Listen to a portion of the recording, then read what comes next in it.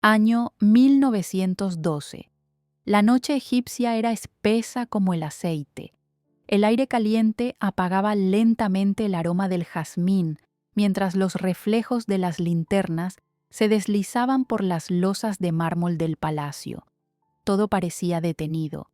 La ciudad dormía, el Nilo respiraba en silencio. Solo el viento cálido movía, a veces, las pesadas cortinas de las ventanas. Pero en un ala del palacio no había paz.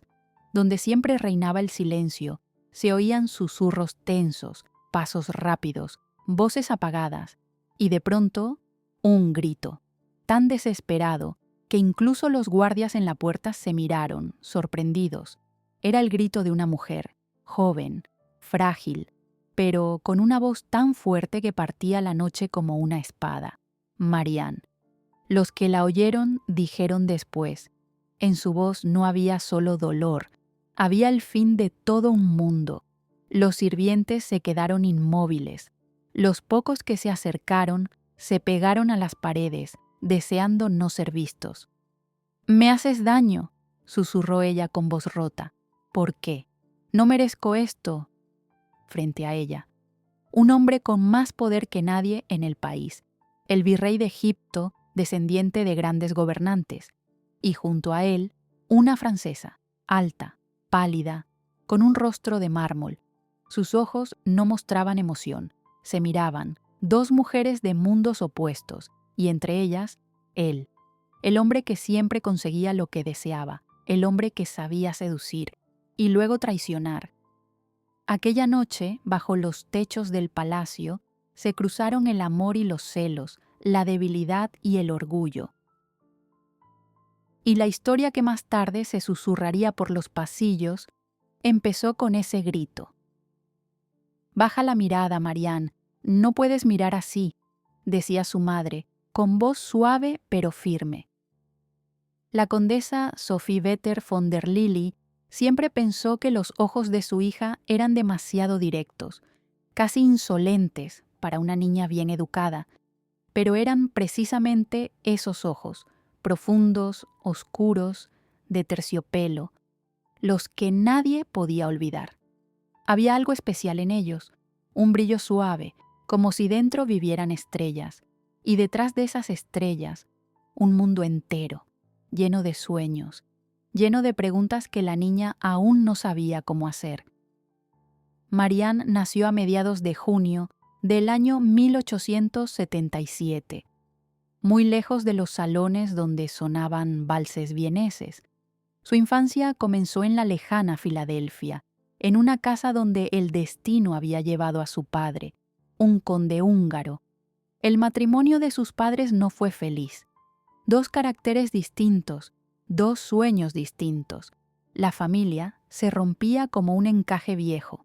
Cuando la niña cumplió 4 años, sus padres se separaron. Para ella fue un golpe. Su casa dejó de ser un hogar. Ese mismo año, la vida cambió de nuevo. Sophie volvió a casarse.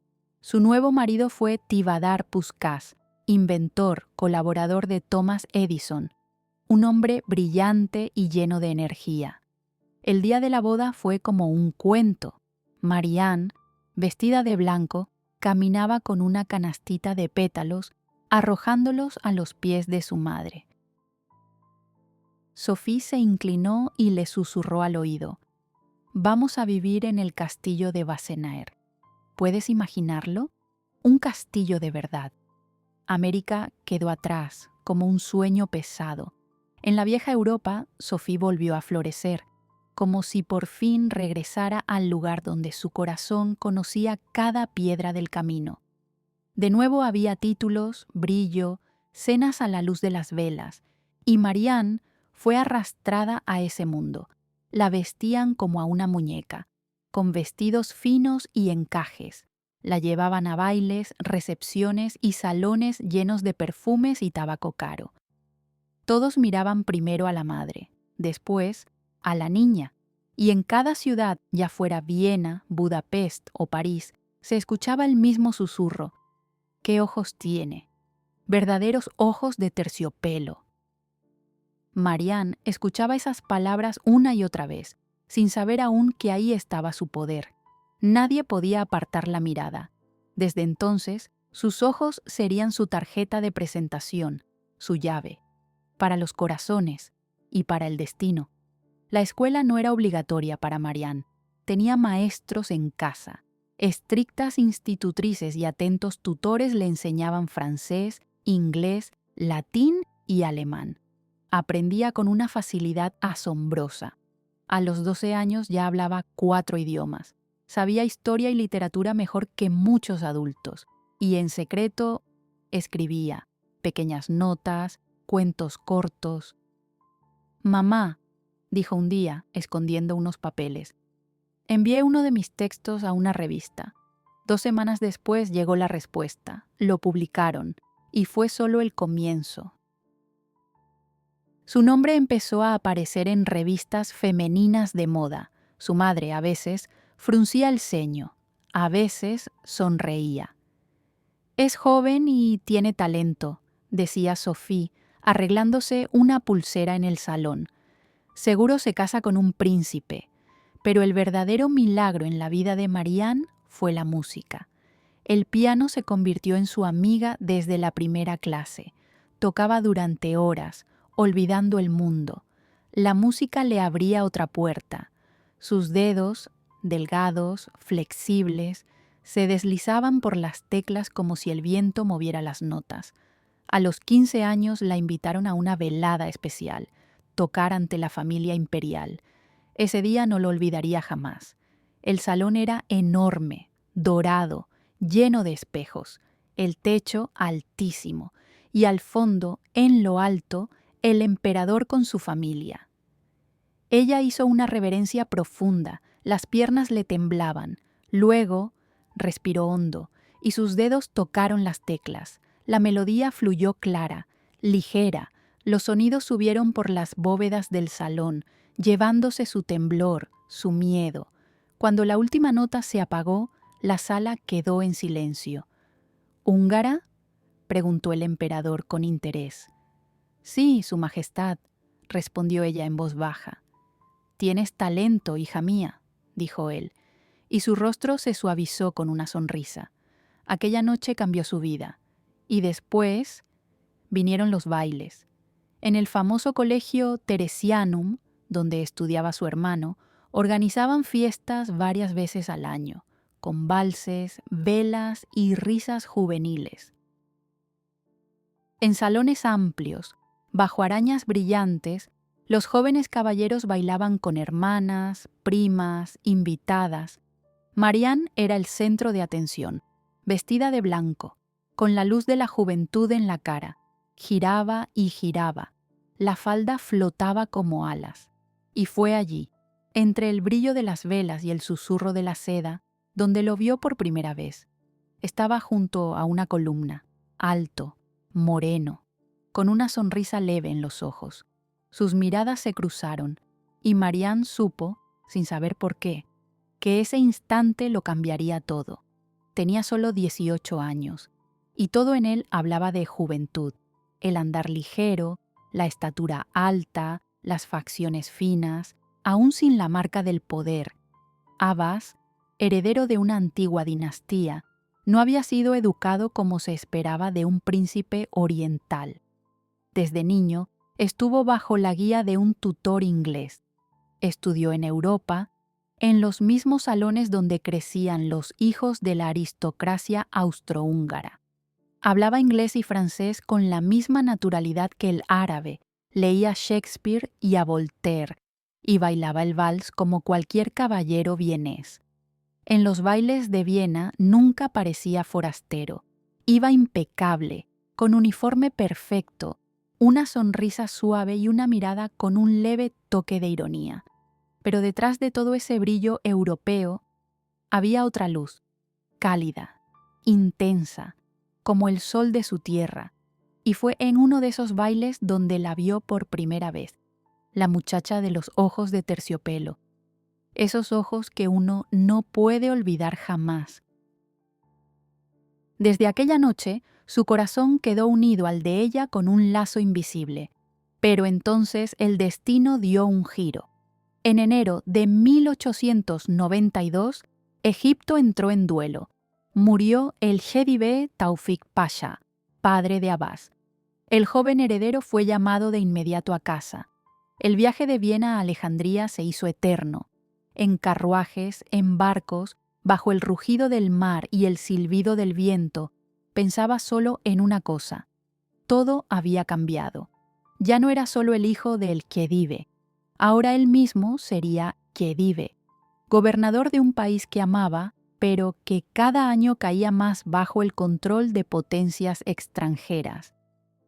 Egipto es rico, decía en los primeros días tras su regreso, mirando los campos desde las ventanas del palacio, pero sus riquezas se escapan a manos ajenas. Haré todo para devolverle el honor y la fuerza a nuestro pueblo. Soñaba con una constitución, con escuelas, con independencia, con un futuro donde Egipto fuera libre. En sus planes no había espacio para caprichos, ni para fiestas. Pero algunas noches, cuando el calor se iba y el jardín se llenaba de silencio, la memoria se despertaba en su pecho. Veía las velas de los salones vieneses, escuchaba la música de Strauss y en su mente aparecía la figura delicada de aquella joven, la de los ojos que veían el alma. Abbas era un gobernante, pero el joven que una vez esperó junto a la columna en aquel baile, aún vivía en su interior. Y muy en el fondo, él seguía esperando. Tal vez, algún día, el destino le devolviera a aquella muchacha. Los años pasaron como arena en el reloj. Abbas creía que su vida ya tenía forma clara.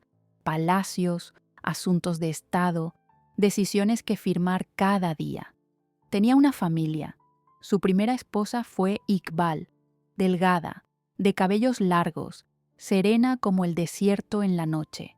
Le dio 6 hijos y su casa se llenó de voces infantiles. Todo parecía en orden. El pasado, encerrado tras las puertas de la juventud. Pero el destino sabe lanzar encuentros de los que no se puede escapar. París, la ciudad de las luces, las calles ruidosas y la fiesta eterna. Abbas llegó por unos días. Quería olvidarse, respirar el aire de Europa. Una noche decidió ir a la ópera. Un gran salón, lámparas de cristal, espejos dorados. Cada rincón brillaba con lujo. Se sentó en su palco, miró al público, sin pensar, y de pronto todo cambió. En el palco de al lado, iluminada por una luz dorada y suave, estaba ella, Marianne. Giró apenas la cabeza, su cabello, como seda oscura, cayó sobre el hombro, y sus ojos, aquellos ojos de terciopelo, se encontraron con los de él. El mundo desapareció.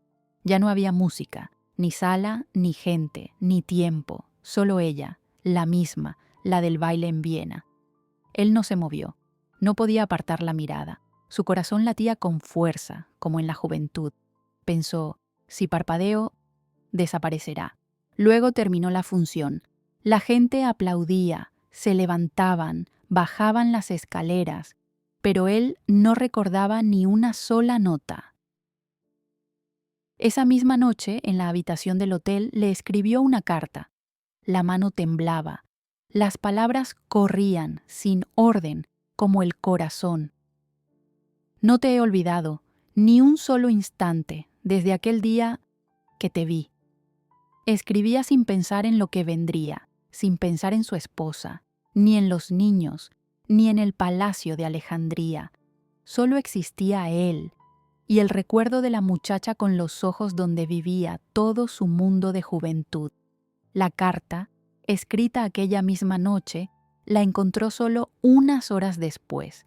En la habitación del hotel, donde Marianne se alojaba con su madre, trajeron un sobre con el sello del hotel. Reconoció la letra al instante. La mano le tembló. Habían pasado tantos años, pero las letras seguían iguales, rápidas, firmes, como si nada hubiera cambiado. Había pocas palabras, pero bastaron para hacerle temblar el corazón. No te he olvidado, ni un solo momento. Estás en todo lo que he vivido. Te espero. Por favor, respóndeme. Ella respondió, y al día siguiente se encontraron en París. Una calle tranquila, cerca del Sena, luz de la mañana. Él se acercó, y todo lo que la había contenido durante años, el orgullo, el miedo, la distancia, se deshizo como polvo.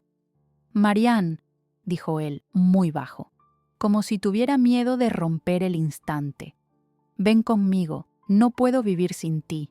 Habló de Egipto, de la vida que le esperaba allá, de lo que haría por ella, de todo lo que estaba dispuesto a cambiar.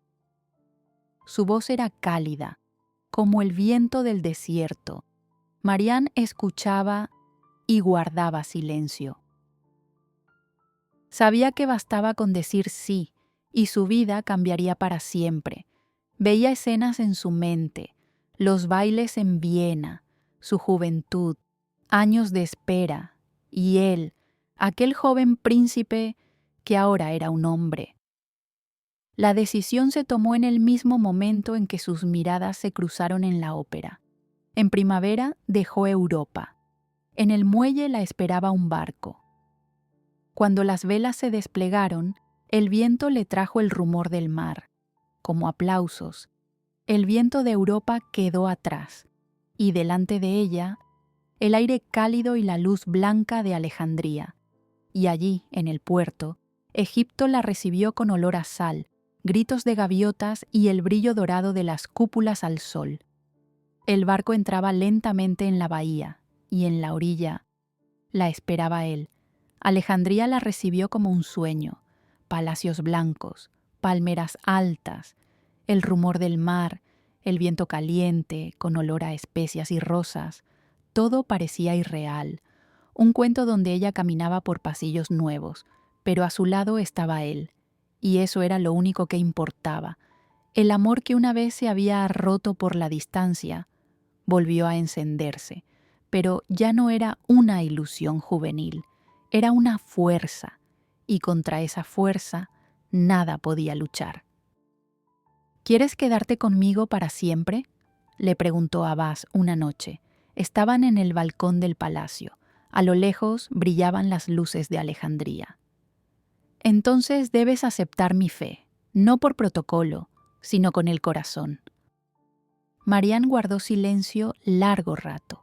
Miraba el mar, las luces, su rostro cansado y fuerte. Sabía que no había vuelta atrás. Y el 28 de febrero de 1910 entró en el salón de mármol del Palacio de Abdín. Columnas blancas, arcos tallados, alfombras suaves bajo los pasos. El gran muftí pronunció las palabras, y ella las repitió en voz baja, firme, mirando a Abbas. Desde ese día se llamó Zubeida bint Abdallah. No hubo gran fiesta, pero todo el palacio lo supo. El gobernante de Egipto estaba al fin junto a la mujer que amó desde joven. Desde entonces, Zubeida fue su sombra y su fuerza. Viajaba con él por Europa, recibía embajadores, se sentaba al piano, tocaba con tanta alma que hasta los diplomáticos más duros se quedaban en silencio. Sus modales eran refinados, muy europeos, vestidos sobrios, guantes ligeros, sombreros con velo, pero también sabía ser otra, una mujer del Oriente, silenciosa, misteriosa, firme bajo una mirada dócil. A veces, cuando el protocolo le prohibía estar presente, se vestía como hombre, chaqué, guantes, sombrero de ala ancha, y entraba con tanta autoridad que nadie se atrevía a detenerla. Dicen que, vestida así, recibió una vez al príncipe Arturo de Connaught, y que él nunca olvidó aquel encuentro con la extraña dama egipcia.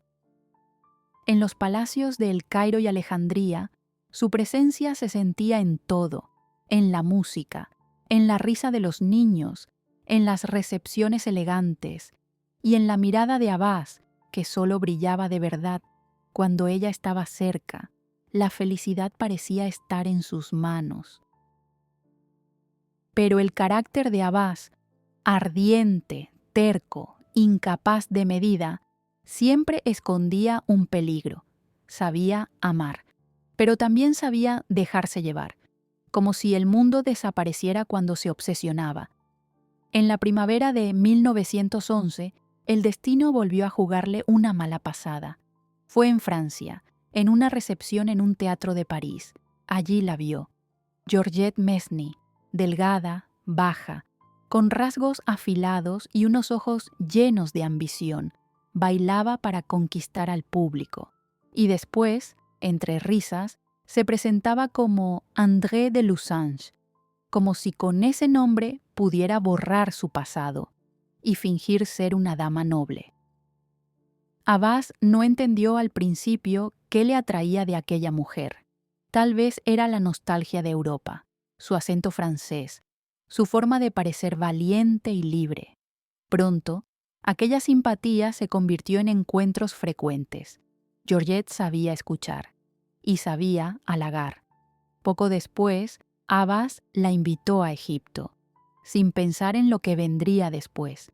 Cuando Marianne supo que había una nueva huésped en el palacio, no lo creyó. Las paredes, que antes guardaban su risa, ahora devolvían solo un frío silencio. Se encontraron en su despacho. Afuera el sol ardía, dentro olía a sándalo y papeles. «Me estás haciendo daño», dijo ella, con una voz tan baja que parecía una oración. «No merezco esto». Él no alzó la mirada, solo apretó las manos sobre la mesa y respondió, cansado, frío. «Es mi decisión». Georgette se queda, todo dentro de Marianne se quebró, pero no suplicó, no gritó. Solo lo miró, largo, triste, y se fue. Esa misma noche ordenó hacer las maletas. Por la mañana, cuando el sol tiñó de rosa las paredes del palacio, Marianne salió por las puertas sin volver la vista atrás. Europa la recibió como antes, con calles ruidosas, aire frío y libertad. En Viena firmó el divorcio con mano firme y cerró la puerta del pasado. Nunca más volvió a Egipto y decían que con ella se fue también su felicidad. Su partida fue el comienzo del final.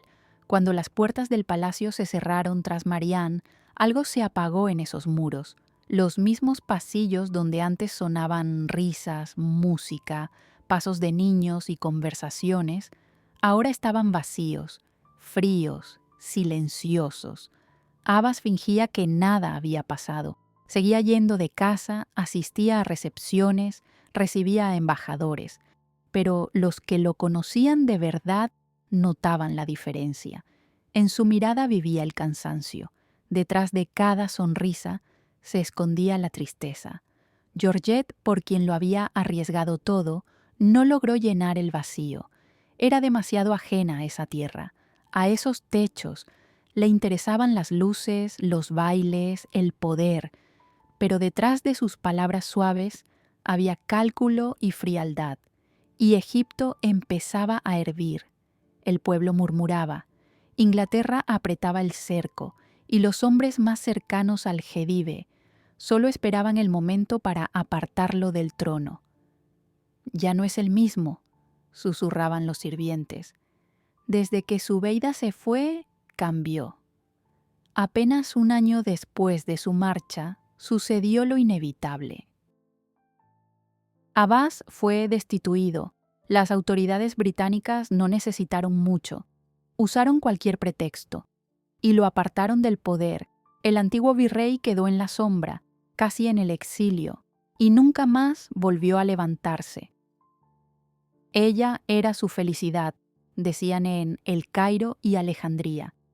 Mientras ella estuvo a su lado, lo amaban hasta sus enemigos, pero en cuanto se fue, él se quedó solo.